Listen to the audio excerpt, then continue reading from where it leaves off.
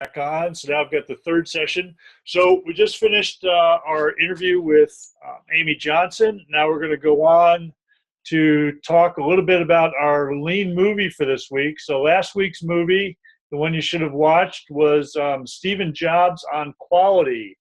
And I think he was talking about one of the gurus of quality that he had some connection with, Duran.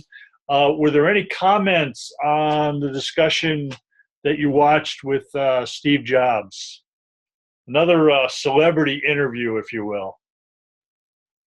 A little bigger than we can get for this class, but any comments on Steve Jobs's movie? Questions or observations? Yes, Judy. Question or observation?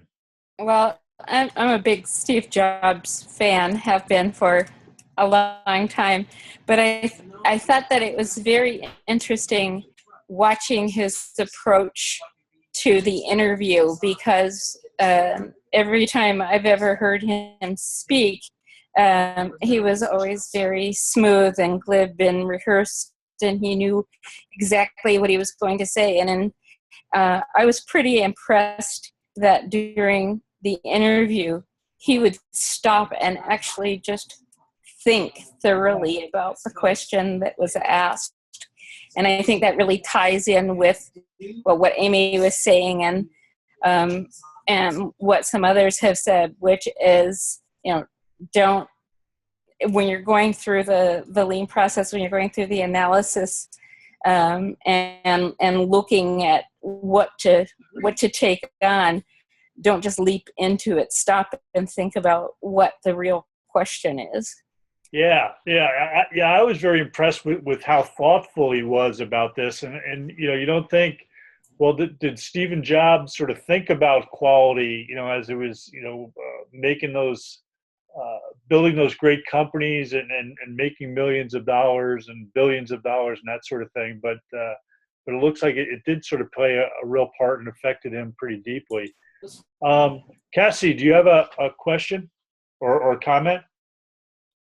Yeah, it was a comment.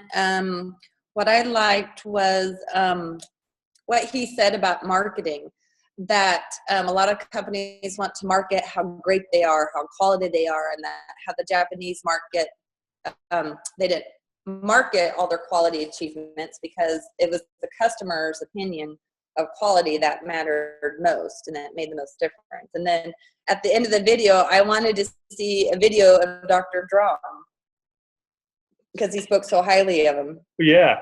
Well, he's Googleable, so there are videos out there. So this is one of the things we try to do with this class too is there's sort of the straight down the middle stuff where we're working through the DMAIC process, but there's a whole quality Lean Six Sigma community and movement out there.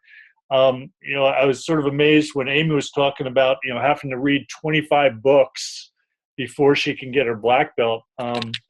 So those of you that are trying to head down the Cal Poly Green Belt Black Belt class, hopefully you'll get through before we add that kind of requirement to our certification. So, I thought that was cool. Malia, question or comment? I just had a comment. I really enjoyed that video, and his, I guess, even back when they made this video, for him to have the insight that if people are given the opportunity to make change, they will. I have over 25 years in corporate America experience, and honestly, I did work for a company that did that. Yeah. And when they gave that ability to the frontline employees to make changes without permission, we saw some huge improvements in our company, and I think that was very insightful of him. Oh yeah, I agree, and I experienced a similar sort of thing at Hewlett Packard with that culture of if you give people the tools to do the job, that they generally want to do a good job, right? Right. I think working for that kind of company or that kind of culture and environment is certainly something I ascribe to. Yeah. Okay. Well, let's see. So moving on, the next movie is going to be Bill Peterson. It's an interesting video. I think it's oh, geez, the name escapes me. They do the little 20-minute TED Talk. So it's a TED Talk video. So Bill Peterson talks about lean applied to us, and it's a little bit of a sort of a personal approach to lean, which I think you'll all enjoy.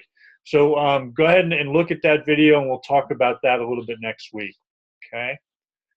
All right. So moving on now.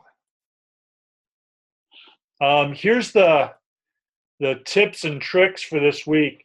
So one of the things on that left-hand column, you'll see a sort of a big button. It's this button over here says Lean Six Sigma DMAIC Map.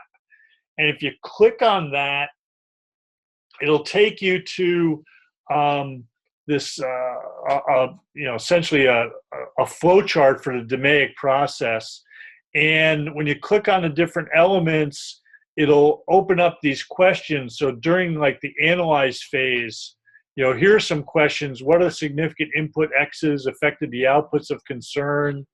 What are the target levels for those inputs? Are those input processes stable and capable? And then it also gives you a tool tip. So if you click on that tool tip, it'll talk about what tools you could potentially use to try to answer those questions. So you guys have already sort of put together your tool plan. As I said, that is just a plan. It can be adjusted. And if you get into a section where you, asking one of these questions or trying to understand, hit that tool tip and maybe select a different tool, and I would be okay with that. Okay. Any questions on this week's tips and tricks?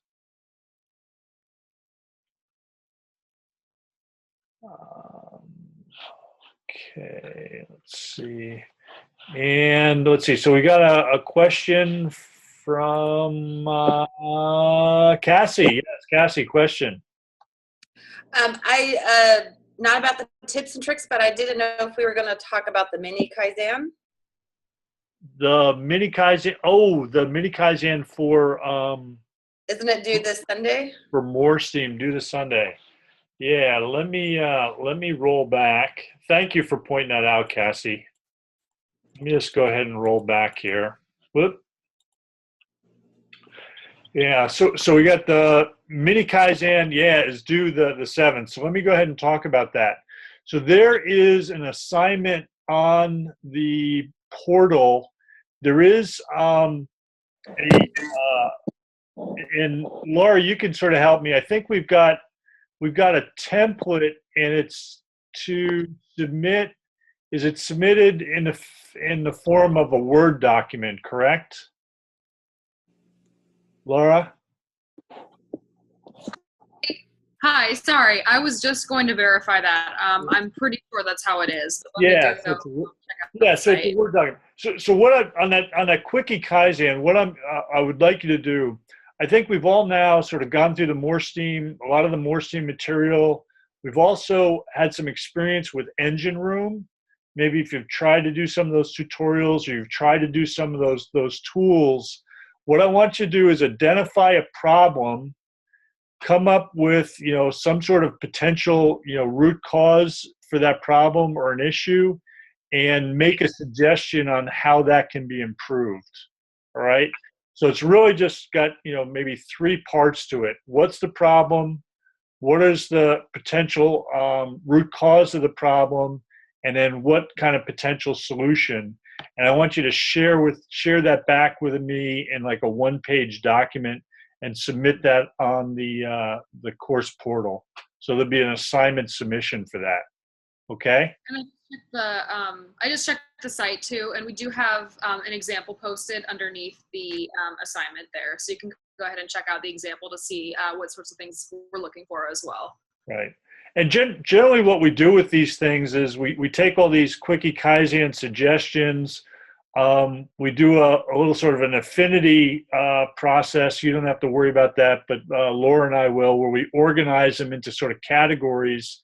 And then we share those things back with MoreSteam in order for them to improve their online material even more. Okay? All right, Cassie, so that's what that's about. So on the section, it says picture of a problem. Like, could that be like a cycle map or a flow map or a fishbone, or what would that be? Or just draw it out, physically draw it out on how we think it looks, the problem.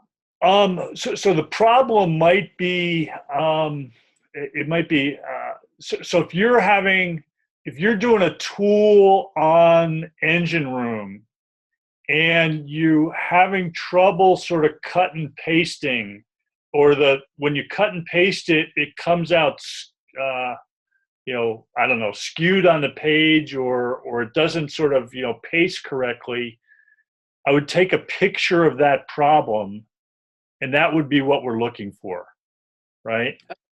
Or if the analysis, it's supposed to calculate the average and it calculates the mean instead, or it's supposed to calculate the mean and it gives you the median instead. Give us a picture of the spreadsheet or the tool that did it incorrectly, something like that. So that would be what a picture of the problem is. So typically in my world, I work with people process problems. Okay. All right. Or patients or stuff like that, or so if I'm MoreSteam, if you tried to contact their help person, right? Mm-hmm. And you sent in here was the problem I encountered, this link didn't work, and they didn't respond to you, right? So you'd maybe just sort of cut out a picture of the link or something and describe the problem, response time not, or didn't respond for, 3 days or whatever that problem was. So that would be maybe a little bit more of a people related issue. Okay. On their service. Yeah. Okay. Sounds good. All right. Thanks, Cassie. Thanks for stopping on that. I tend to blow through those things a little too quickly sometimes, but thank you for pointing that out. Okay. So moving down, let me get back to where we were. All right. Tool tips. Okay. So now we're just go over the highlight reel. So this is analyze. So what we're about doing here is trying to identify potential root causes. And we're really, about in this section answering the question, what should I analyze? Now, one thing I really like to point out, sort of an overall philosophical way to look at this, is in Lean, we like to say that we see together, we know together, so we act together. And if you'll notice that so far, a lot of the tools that we've been looking at have been these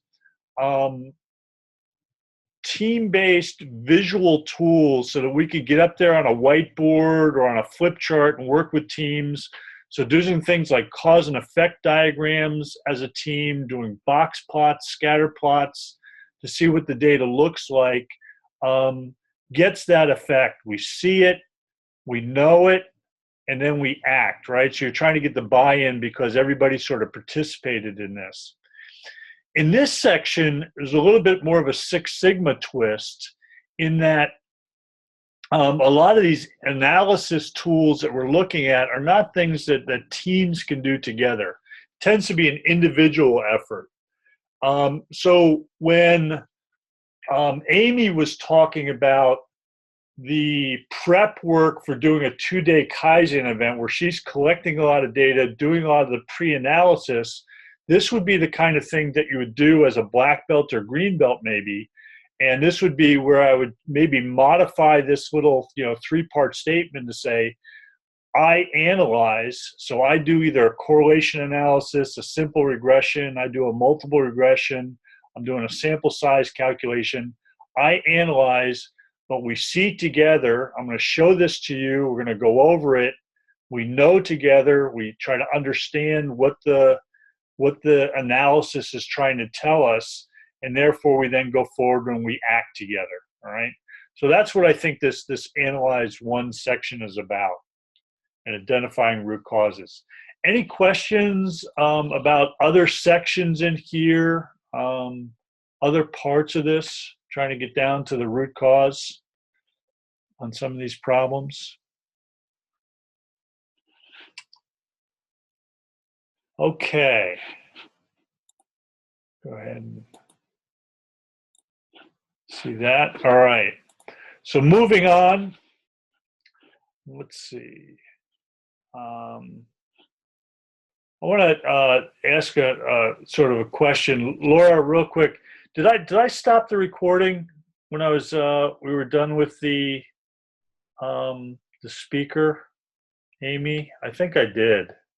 I think you did. Yeah, you said, Yeah, okay. or verbally at least you mentioned it. Okay, So. yeah. So if I verbally did it, I think I did it. I got to find out a better fail-safe way to do that and check that as I go forward. All right. So I want to come back and sort of look at a little problem, at this point, and coming back to St. Sigma, our hospital system, we were looking at this blood testing, glucose testing system. And I want to walk through a little bit of a scatter plot. So a scatter plot would be a way to try to identify the relationship between variables, right? So let me get back to where we are here. I apologize. So last time I was not able to show you what this analysis process looked like. And what I did is I took a screenshot to just sort of show you what this looks like. So they actually receive the sample through some, and put in some cubby holes over here. They then go and receive it, and then it goes to the centrifuge where I guess the platelets are, driven to the bottom of the test tube or whatever. Then it goes over and they walk over to the analyzer. It goes in, they load the analyzer, the analysis comes back out. Those results are then posted, analyzed, and then posted for the doctor review. So that's the process that we're looking for.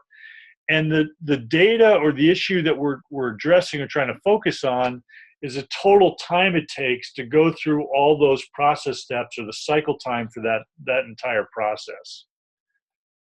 So in this particular case, I want to take a look at that data, and here I've got a little bit of a snapshot of what that data looks like, at least 31 or the first 31 observations that I'm going to analyze of a total of 100 that I'm looking at.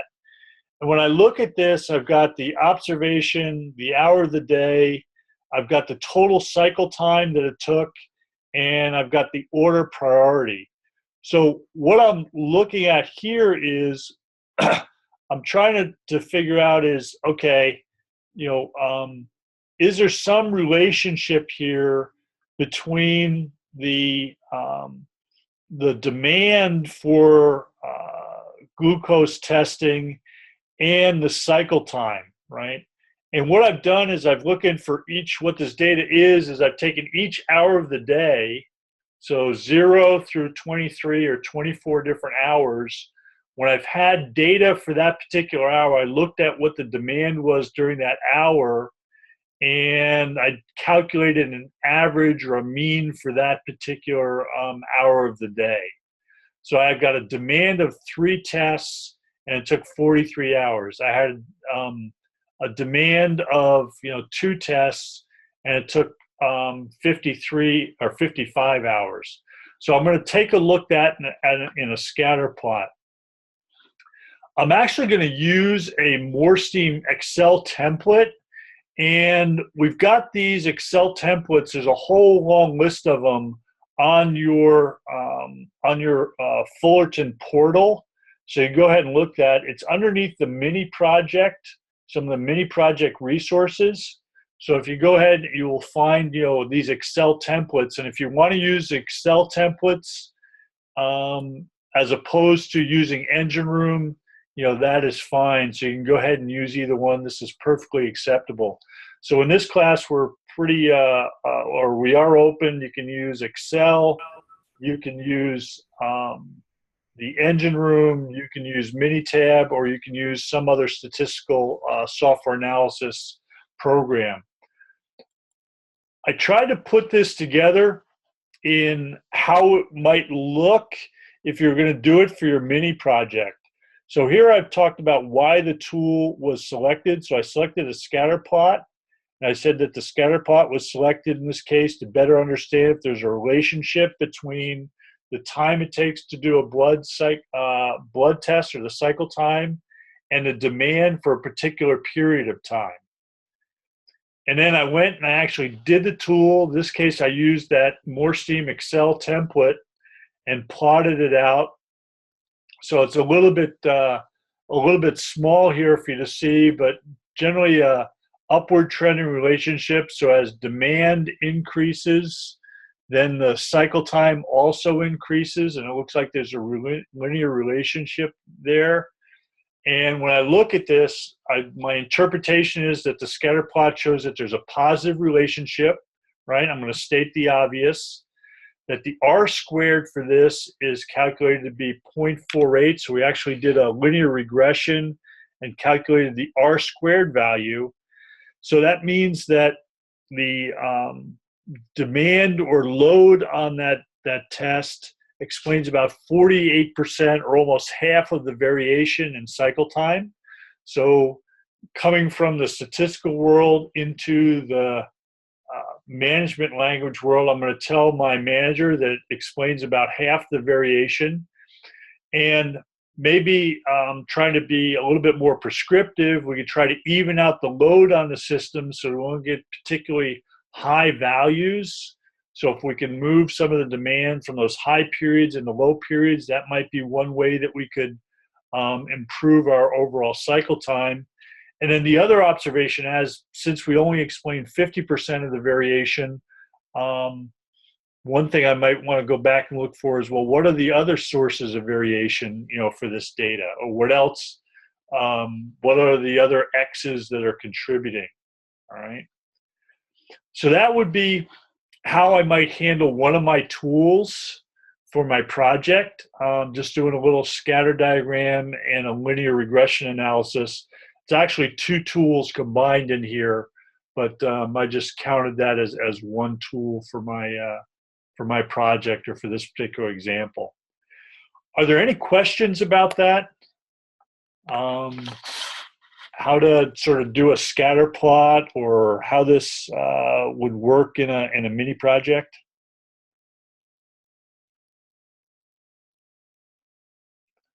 So one of the other takeaways here, since we're talking about trying to find the right root cause,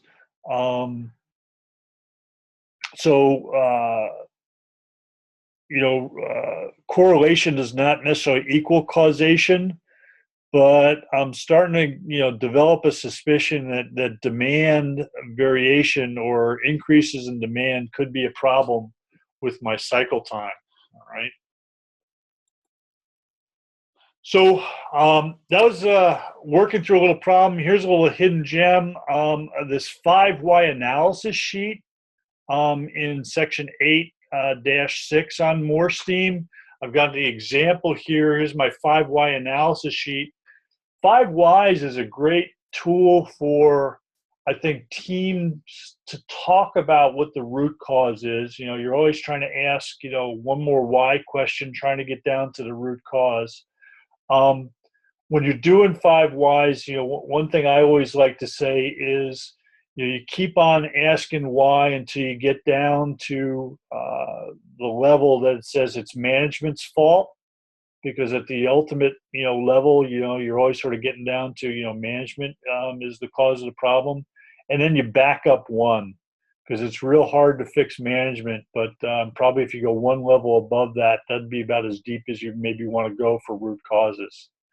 But this 5Y analysis sheet is a nice way to organize your 5Y analysis. You got some pictures of the problem or the issues up here at the top. Some of a Pareto analysis of what some of the problems are. You're asking your 5 whys. you're coming up with some sort of temporary countermeasure, you've got some sort of final countermeasure that you're going to go ahead and implement, and then you're following up and you're doing some sort of verification in the future. So this is a great way to, I think, do quick and effective fixes on problems in your processes. All right. I've got the correlation does not equal causation statement highlighted. And once again, I really recommend as you get into your analysis phase, before you get too deep into running engine room correlation analyses and statistical analyses, you make sure you go visual and you plot the data so you get a picture of what's going on. All right, so that's my my hidden gems for this week, and that's also wraps up this session for this week. Are there any questions or comments from anyone for today?